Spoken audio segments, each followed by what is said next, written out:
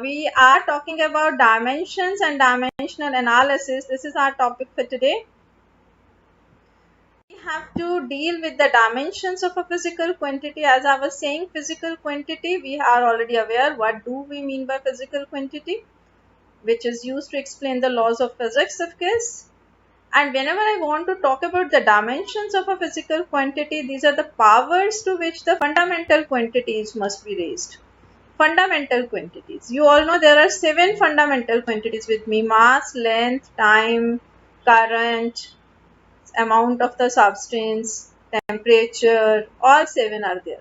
But if I want to write all 7 at a time, it becomes very difficult. And as far as your syllabus is concerned, like in 11th class, basically, as I have said you earlier, we have to deal with the mechanics part of the physics. And when I have to deal with the mechanics means motion of the bodies. I'm going in detail. So most of the times I will be using mass, length and time as the fundamental quantities. Rest, like in thermodynamics, I will be using the temperature. Like when you will go in class 12th, I will be using current, electric current. So then we will be using all those quantities, whatever are required we can use. So for now, as far as your class 11th is concerned, we will be using only 3 basic quantities with you, fundamental quantities, that is mass, length and time. Now what I'm reading it again for you, dimensions of a physical quantity are the powers to which the fundamental quantities must be raised to represent that quantity completely. For example, as I'm saying that I have taken density as the example because density you all have studied. What is density? Is mass upon volume. So mass is represented as m. Volume is, or if I take volume of a cube, it will be length cube. Otherwise area into length, whatever way, it will be 3 power of the length. So density is mass upon L cube, or L cube is in the denominator. So when I write it, when there is no power of mass is 1. Power of length, when I come in the numerator, it will become minus 3. There is no involvement of time, so time power will be 0. So I can write density in terms of mass, length and time when I raise the powers 1, minus 3 and 0. Because I have said for 11th, you will be simply focusing on mass, length and time most of the times. Temperature we will deal in thermodynamics, that's it. For whole 11th, no other fundamental quantity will be required for using. But this chapter of SI unit is of course important because in 12th also we will be using current and other things we have to use at times. So you should be aware of. This is forming the base for 11th and 12th we are doing. Okay, so powers are 1, minus 3 and 0. So it means dimensions for the density are 1, minus 3 and 0, which are the powers of mass, length and time respectively. So dimensions are the powers. Powers, in case of density, I have taken the example. For mass, I am getting the power 1. For length, I am getting minus 3. For time, I am getting 0. So these are the dimensions of mass, length and time. You have understood, I think, up to this. So whenever you write the dimensional formula is simply the expression that how much and which of the fundamental quantity represents the dimension of the physical quantity. Like for density, when I am writing the dimensional formula, it is simply m power 1, L power minus 3, T power 0. In the big bracket, you have to write these values. Then this is giving me the dimensional formula. Dimensions are 1, minus 3 and 0. And if I put these powers with the base quantities in a bigger bracket this way, then this is known as dimensional formula. And if I write density equals to this, then that will become the dimensional equation. Dimensional equation is simply the equation obtained by equating the physical quantity with its dimensional formula. So it means if I write the physical quantity equality sign and then I put in the bracket this m1 L minus 3 T0, then that will become the dimensional equation. dimensional formula you should be able to write for physical quantity. Like for example, if I want to write for length, here mass and time are not involved in explaining the length. So powers for mass and length will be 0, but for length it will be 1. If I write 1, it's okay. If I don't write any power, that means understood it is 1. So it should be understood when I'm not writing any power, that means 1. So similarly for mass, it will be m1 l0 t0. If I want to write for time, here mass and length are not involved. So it will be m0 l0 t power 1. So dimensions will be 0, 0, 1. But dimensional formula, when I put all m, l and t in the bracket, then that will give me the dimensional formula. So most of the times, whatever quantities we will study in the coming lectures, you should be writing its dimensional formula all the time. Like for volume, I have said length into breadth into height. So it will be m0 l power 3 t0. These are the units written along with. If you want to understand, if you don't know, you can check it out. Otherwise, I think you all know. Density, I have just taken m1 l minus 3 t0. Similarly, you can find for time period, it is t only. For frequency, 1 upon time period means t power minus 1. So when from denominator you are bringing to numerator, you will be using the minus sign. Similarly, you can study more physical quantities with you, like velocity we will be studying in the coming lecture, that is distance upon time. So mass, your length upon time.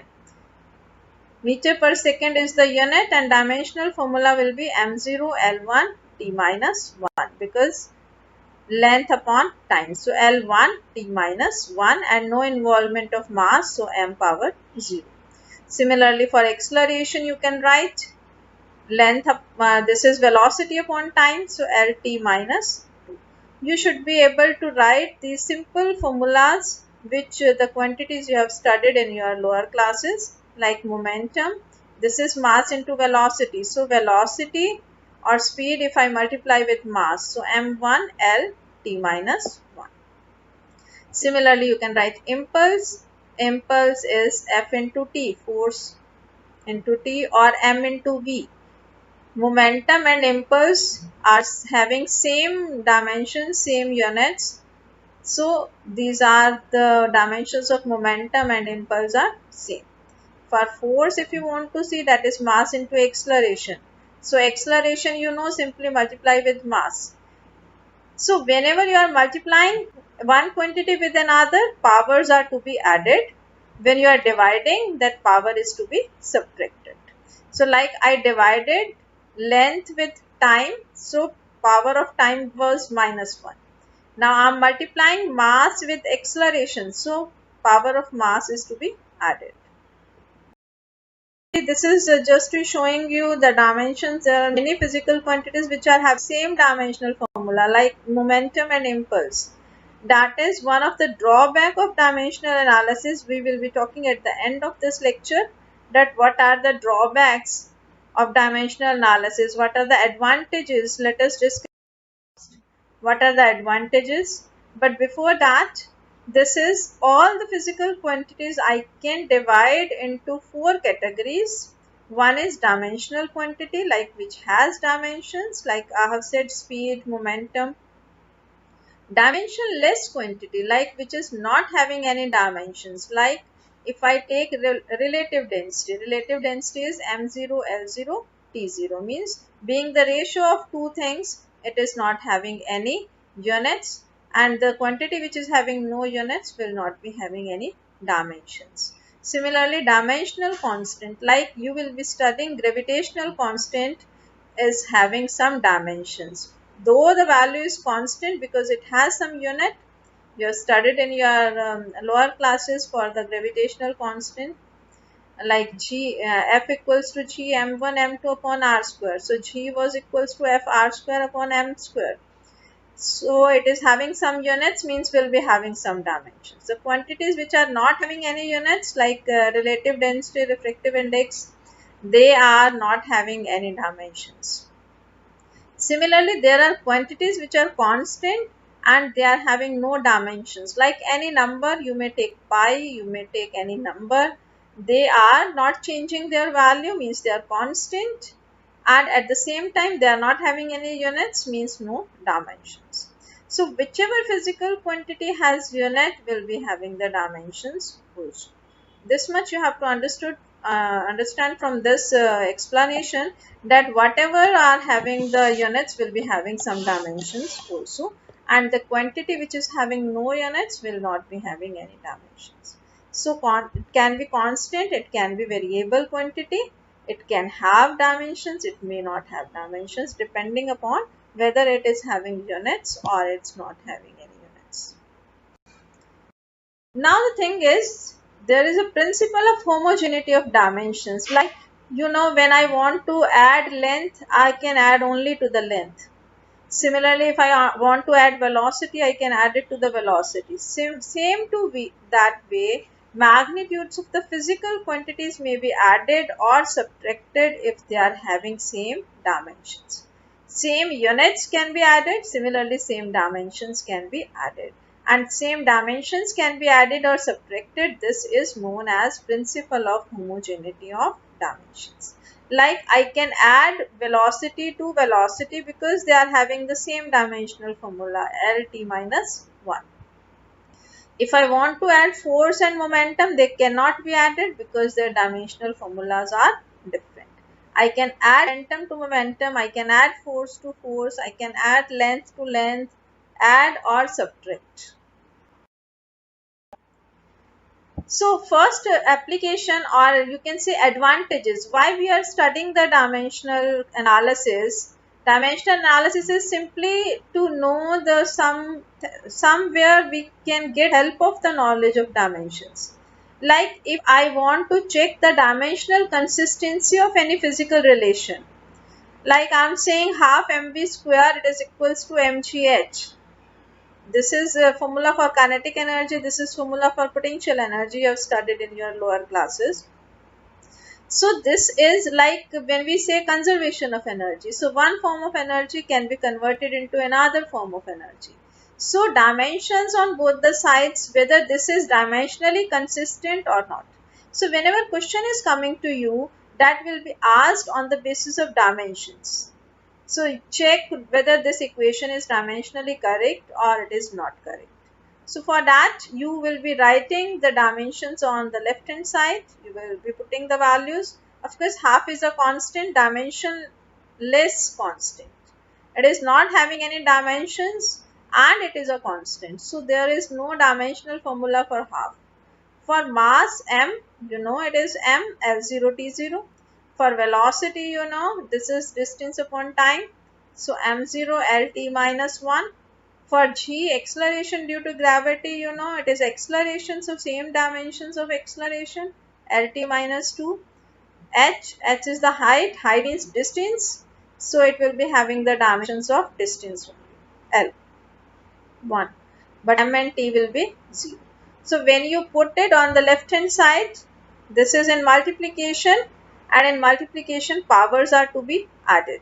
So m here and here powers you will be multiplying inside. It means L2 t minus 2.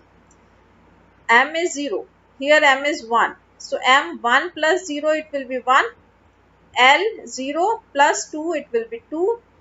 For t it will be 0 minus 2, it means it will be minus 2. So this is on the left hand side.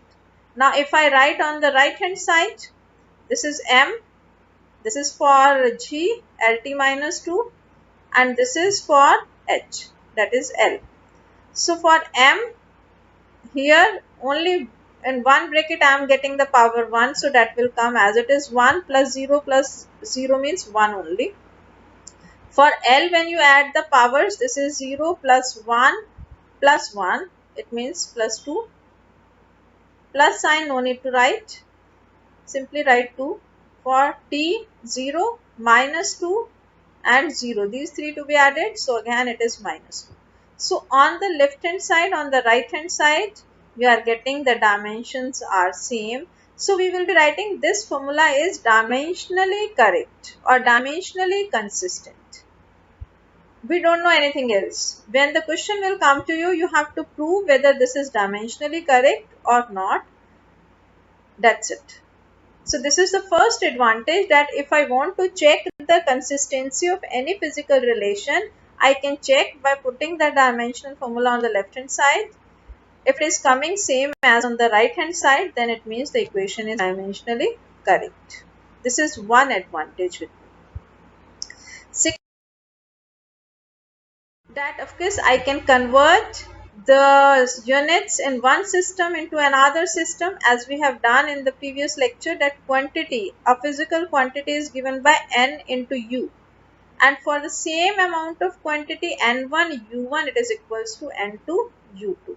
And what is u means? Unit means system of units.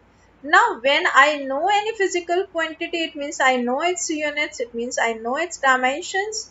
And if I write the dimensional formula for m1 l1 t1 in the first unit, SI unit, and then here I want to convert it into CGS, then let the quantities with me are m2 l2 t2, but because the quantity is same, so dimensions a b c will be same. Dimensions are the powers to the base quantities.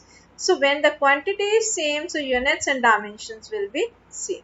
So from here I can find the this magnitude for the second system of unit by simply using this relation, that n2 will come equals to n1. Thus m1 upon m2 both are power having a, l2 upon l1, l1 upon l2 power b, t1 upon t2 power c. So n1 and n2 are the magnitudes in the respective system. Like I am going from SI to CG. This is just to give you an example, like I want to convert 1 joule into arc, and joule is energy unit for energy or work, which is ml2 t minus 2. So values of a, b and c are 1, 2 and minus 2. So a, b, c are known to me and formula is known to me. And the magnitudes, if I want to write for mass in SI system, it is 1 kilogram, which is equals to 1000 gram. In CGS system, it is 1 gram. For length, it is 1 meter in SI system, 1 centimeter in CGS system. For time, it is 1 second in SI system and second in CGS system also. So this is, they are saying question 1 joule. So it means N1 is given in the first system, SI system, N1 is given 1. But how many outs? I don't know. So I want to find N2. So the same formula which I have written in the previous slide, you will be using the same formula. You will be putting the values of M1 and M2. You will be putting the values of A, B and C. And then on solving, simply you will be getting the answer. That's it. So question will become very simple if I know the physical quantity, I know the dimensional formula of the physical quantity, I can convert one system of units into the another's. Means unit in one system can be converted into the unit in another system simply by that knowledge. And of course, there are certain demerits where we cannot use the dimensional analysis, like as I have said that it is silent about the constants. So it is not telling you anything about the constant. Dimensional consistency we are testing, but not physical consistency. Like you have said that I cannot add impulse to the momentum, though both are having the same dimension. So I cannot check that with the knowledge of dimension. So this is the drawback with me, or I can say the demerits. And dimensions can be found from physical quantity, but physical quantity cannot always be guessed, because I have said 2 or more quantities may have same dimension. So this is the same thing. Similarly, equation, if it is having only 3 dependencies, mass, length and time, I will be able to find the relation, but there are 4 independent quantities, then I should have 4 variables, then only I will be able to do, not otherwise. So, and if there is any equation like which is involving trigonometry or logarithm functions which are dimensionless, so that I cannot find using the dimensions. So this is what you should be able to understand, that there are so many demerits. So I can use the concept of dimensions only at certain places, not at all the places. So whatever questions are coming to you, you should be able to know that in your questions, when they are asking you to convert from one system or to check the dimensional consistency, or the third application was to derive the physical relation. Here mass is involved. I know the dimensional formula for mass. For length I know it is L. For G I know LT minus 2. For time I know it is T power 1. So if I put these dimensions on the left hand side, on the right hand side, thanks in multiplication powers to be added. This you have to remember. So when I am taking m, here power is 0, here it is y, so 0 plus y plus 0, so m power will be y. Similarly, if you take the powers of L, it is x plus 0 plus z, so L power is x plus z. For t it is 0, 0 and then minus 2z, so I will be getting the power of t equals to minus 2z. And here on the left hand side I am only having time period t, so m0 L0 t. Now what you will be doing, you will be equating the powers of mass, length and time on the left hand side and on the right hand side. So on equating, of course, why you are getting 0? It means why we took the power of L in that expression. So you will be able to get that value y equals to 0, and x plus z also equals to 0, and minus 2z equals to 1. So value of z is coming minus 1 by 2, and if you put this value of z minus 1 by 2 here, you will be getting the value of x equals to 1 by 2. So these are the values for x, y and z. So when you put these values, so it means it is not dependent upon mass, it is only dependent upon length and acceleration due to gravity. And the power of length is 1 by 2, acceleration due to gravity is minus 1 by 2. And a constant k we have written because they have said in the relation it depends upon. So we are taking k as the dimensionless constant, which is the proportionality constant. And this value of k was calculated experimentally. That value has come out equals to 2 pi. But you can leave the results here also. If you don't know the value of constant in any relation, you can simply leave the result here, that t equals to k square root of L upon g. So this is the relation which we have derived by the knowledge of dimensions, and assuming k to be dimensionless constant. So this is the expression with you for the time period of simple pendulum, what was required out of us. So this way you can derive the expressions or the physical relations by the knowledge of dimension, simply using the principle of homogeneity, that mass is to be added to mass, length to length, time to time, and powers in multiplication are to be added, in division powers are to be taken with the negative sign. This much you have to keep it in your mind about the applications wherever we are using of the dimensions.